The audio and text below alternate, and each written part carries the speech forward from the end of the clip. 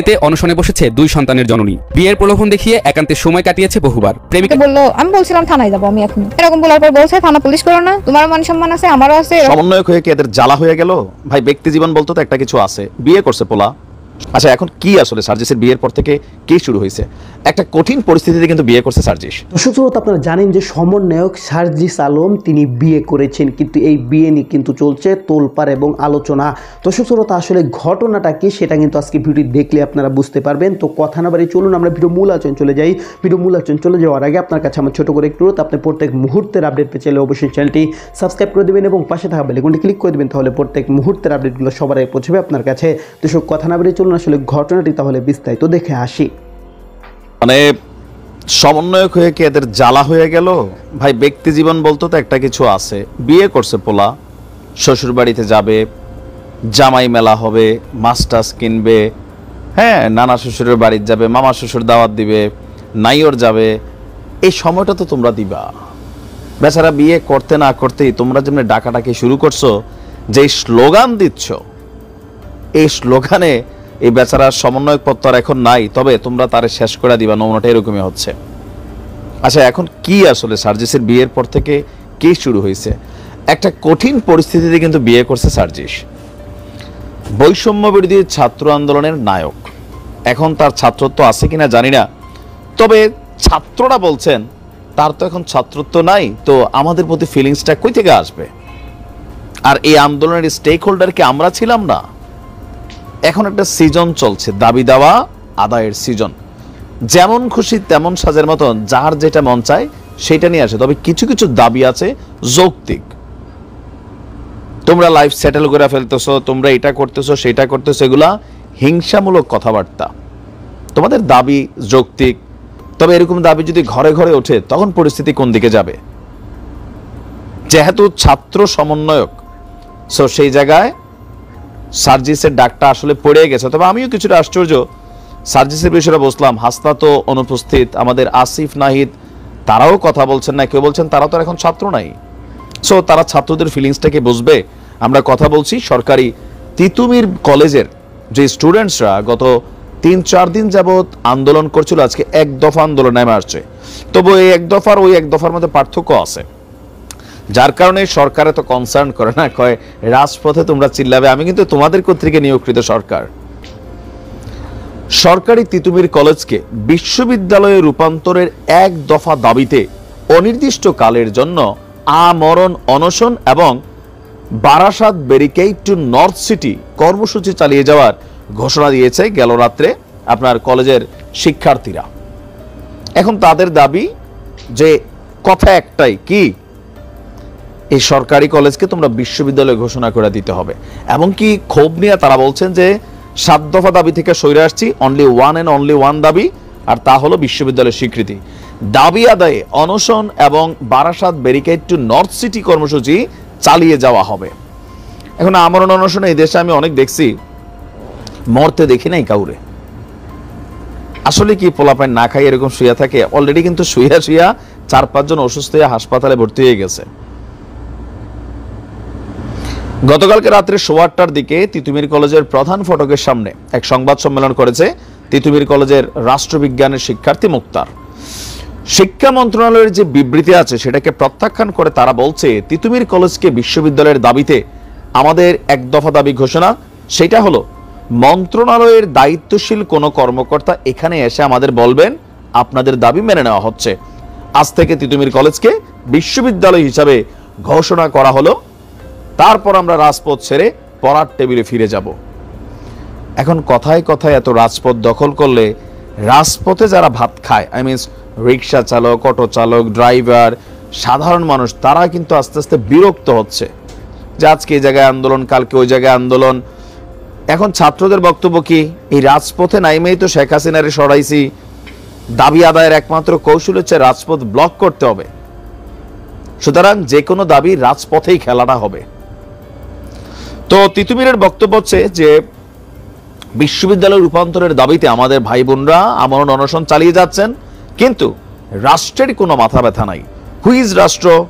Doctor ইউনূসের রাষ্ট্র, আসিফ নাহিদরা হচ্ছে রাষ্ট্র। হাসনাত সার্জিসটা হচ্ছে রাষ্ট্র। তো সার্জিস বেচারা বিয়ে করছে, তার কথা বাদ দিলাম।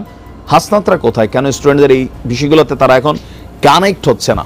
তবে তারাও চিন্তায় আছে যে একটারে যদি মাইনা নেই তাহলে তো ভাই কথায় কথায় কালকে আবার প্রত্যেক কলেজ, যেমন 7 কলেজের ভেজাল গেল, এখন আসছে তিতুমির, কালকে আবার আরেক কলেজ আসবে। আমাদের সরকারি তো ঝামেলায় পড়বেন কি। হাসনাত সম্ভবত ফেস দ্য পিপল একটা প্রোগ্রাম বলছিলেন যে মানে এতগুলো আন্দোলন, কথায় কথায় এইভাবে রাজপথে নামা বা এত আন্দোলন, এটা তো সরকারে অস্থিতিশীল করছে ভাই। যার যা দাবি আছে সব নিয়ে একসাথে রাস্তায় নেমে যাচ্ছেন, স্থিতিশীলতা নষ্ট হচ্ছে। তবে আমার মনে হয় যেহেতু বৈষম্য বিরোধী ছাত্র আন্দোলনের মাধ্যমে এই সরকার মানে ক্ষমতায় আসছে, ছাত্রদের যে কোনো দাবি দেওয়া আন্দোলনকে টেকনিক্যাল ওয়েতে হ্যান্ডেল করতে হবে, এবার হোক সেটা আসিফ। তো দর্শক, আপনার ভিডিওটি দেখলে, ভিডিও দেখে যদি আপনার কোনো মন্তব্য থাকে তাহলে অবশ্যই কমেন্ট বক্সে কমেন্টে আপনার মূল্যবান মন্তব্য জানিয়ে দেবেন। দর্শক, এখন আমরা পরবর্তী একটা ভিডিও দেখবো যেটা দ্বারা আমরা আরও কিছু তথ্য আমরা জানতে পারবো। দর্শক, চলুন আমরা সেই ভিডিওটি বিস্তারিত দেখে আসি। এবার কুষ্টিয়ায় বিয়ের দাবিতে প্রেমিকের বাড়িতে অনশনে বসেছে 2 সন্তানের জননী। বিয়ের প্রলোভন দেখিয়ে একান্তে সময় কাটিয়েছে বহুবার। প্রেমিকের জন্য প্রথম স্বামীকে দিয়েছেন তালাক। এরপর বিয়ের কথা বললে পলাতক রয়েছে প্রেমিক। প্রেমিকা দিলেন আত্মহত্যার হুমকি। বিয়ে করার কথা বললেই সময় চাই, এই বলে বলে আমাকে রাখলো। এই কত মাস হয়ে গেল, 8 মাস। ওর সাথে সম্পর্ক স্বামী স্ত্রীর মতোই, আমরা একসাথে থাকি। প্রতি শুক্রবারে আমাকে ঘোরাতে নিয়ে যায়। বিয়ে না করলে আত্মহত্যা করবো এই বাড়িতে। কুষ্টিয়ার সদর উপজেলার হরিপুরে অভিযুক্ত রিঙ্কুর বাড়িতে বিয়ের দাবিতে অবস্থান নিয়েছে কুমারখালী উপজেলার এলঙ্গিপাড়ার আশা ইসলাম। স্বামীর সাথে বিবাহ বিচ্ছেদ হওয়ার পর থেকে কুষ্টিয়া শহরের আরুয়াপাড়ায় থাকেন তিনি। রয়েছে 2টি পুত্র সন্তান। আমার আগে বিয়ে হয়েছিল, 2টা বাচ্চাও আছে। সংসারে আমি হাজবেন্ডের সাথে থাকতে পারিনি, বিশেষ করে শাশুড়ির সাথে একটু করতো না, খালি ঝামেলা লাগতো সবসময়। এই জন্য আমি সংসার করতে চাইতাম না। এই জন্য আব্বু আম্মা আমাকে খুব মারতো, সবাই মিলে, আব্বু আম্মু আপু দুলাভাই কেউ বাদ যেত না, শ্বশুরও মারতো। বৃহস্পতিবার সকাল থেকে এই অনশন কর্মসূচি শুরু করেছে আশা। এ খবর শুনে বাড়ি ছেড়ে পালিয়েছে অভিযুক্ত রিঙ্কু।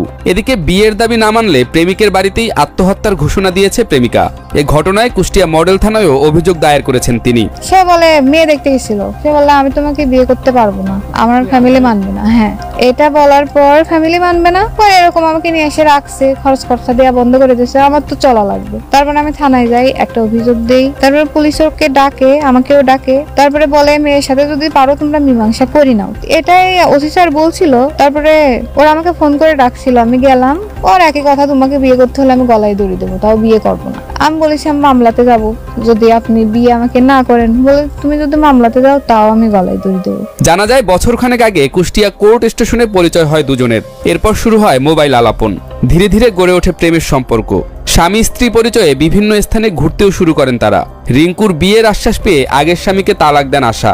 বাবা মার সাথে সম্পর্কও ছিন্ন করেন তিনি। ওর সাথে প্রথম আমার দেখা হয়েছিল স্টেশনে, কুষ্টিয়া কোর্ট স্টেশনে। ট্রেনে ও আর আমি একসাথে গেছিলাম, কোথায় আমার মনে নেই। সে অনেকদিন আগে, প্রায় 1 বছরই হতে যাচ্ছে। তারপরে ও আমার থেকে ফোন নাম্বার চাই, আমি ফোন নাম্বার দিছিলাম না, কিন্তু ফেসবুকে অ্যাড করছিলাম। তারপরে ওর সাথে এমনিতেই মাঝে মাঝে কথা হতো, বলতাম এই বিষয়ে যে আমার এরকম এরকম সমস্যা, বাড়িতে থাকতে পারি না আমি, সবাই খালি মারধর করে। তারপরে বলার পরে আমি একদিন বাড়ি থেকে চলে আসি। চলে আসার পরে ঢাকা চলে যাই। পরে ওকে ফোন দিয়ে বললাম যে এরকম এরকম আমি চলে আসছি, এখন তো হচ্ছে আপনার সাহায্য একটু দরকার। ও ঢাকা যেতে চাইছিল, পরে যাইনি ঢাকা। বললো আমি তো ঢাকা যেতে পারছি না, আমার আপু শ্বশুর মারা গেছে, তুমি এই কুষ্টিয়া চলে আসো, দেখছি কি করা যায়। আসার পরে ও আমাকে নিয়ে আসলো, সারাদিন গোসল টোসল হয় নাই। তারপরে একটা ভাবির বাড়িতে নিয়ে যায়, আমাকে গোসল করালো। করার পরে বলছে এখন তো রাত হয়ে গেছে, এখন হচ্ছে তোমাকে রাখবো কোথায়, আমাদের বলদামরে একটা অফিস আছে, এখনের মতো তুমি ওই অফিসে থাকো, সকালে দেখবো নি কোথায় কি করা যায়। বিয়ের জন্য রিঙ্কুকে চাপ দিলে একসময় সে নানা তালবাহানা শুরু করে।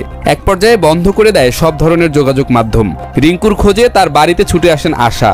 তাকে না পেয়ে নিরুপায় হয়ে বিয়ের দাবিতে ওই বাড়িতেই অবস্থান নেন। সে আমাকে বললো, আমি বলছিলাম থানায় যাবো আমি এখন। এরকম বলার পর বলছে থানা পুলিশ করো না, তোমারও মান সম্মান আছে আমারও আছে, এরকম জানাজানি হলে সমস্যা, তো আমি তোমাকে বিয়ে করবো, আমাকে একটু সময় দাও। এরকম সময় চাইলো। তারপরে আমাকে বাইরে নিয়ে গেল, নিয়ে যায় মজমপুর গেটে যায়, খাবার খাওয়ালো। তারপরে স্টেশনে আসলো, স্টেশনে আসার পর টিকিট করলো ঢাকা যাওয়ার জন্য, ওর জন্য আমার জন্য। পরে টিকিট করার পরে আমাকে নিল, ট্রেনে উঠলাম আমরা দুজন। উঠার পরে ও মাস্ক পরা না, তারপরে কোন স্টেশন যেন, ওখান থেকে আমাকে না বলে নেমে চলে আসলো। বললাম তো দর্শক, আপনার সম্পূর্ণ ভিডিও দেখলেন। সম্পূর্ণ ভিডিও দেখে যদি আপনার কোনো মন্তব্য থাকে তাহলে অবশ্যই কমেন্ট বক্সে কমেন্টে আপনার মূল্যবান মন্তব্য জানিয়ে দেবেন। তো কথা বলতে বলতে আমরা ভিডিও শেষ পর্যন্ত চলে এসেছি। ভিডিওকে শেষ করে আপনার কাছে আবার অনুরোধ করছি, আপনার প্রত্যেক মুহূর্তের আপডেট পেতে অবশ্যই চ্যানেলটি সাবস্ক্রাইব করে দেবেন এবং পাশে থাকা বেল আইকনটি ক্লিক করে দেবেন, তাহলে প্রত্যেক মুহূর্তের আপডেটগুলো সবাই পৌঁছাবে আপনার কাছে। তো শুনে শেষ করে ভালো থাকবেন, সুস্থ থাকবেন, আল্লাহ হাফেজ।